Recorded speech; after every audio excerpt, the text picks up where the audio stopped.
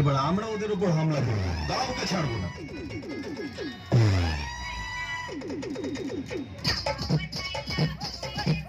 দেখি কার ক্ষমতা আমাকে আটকায়।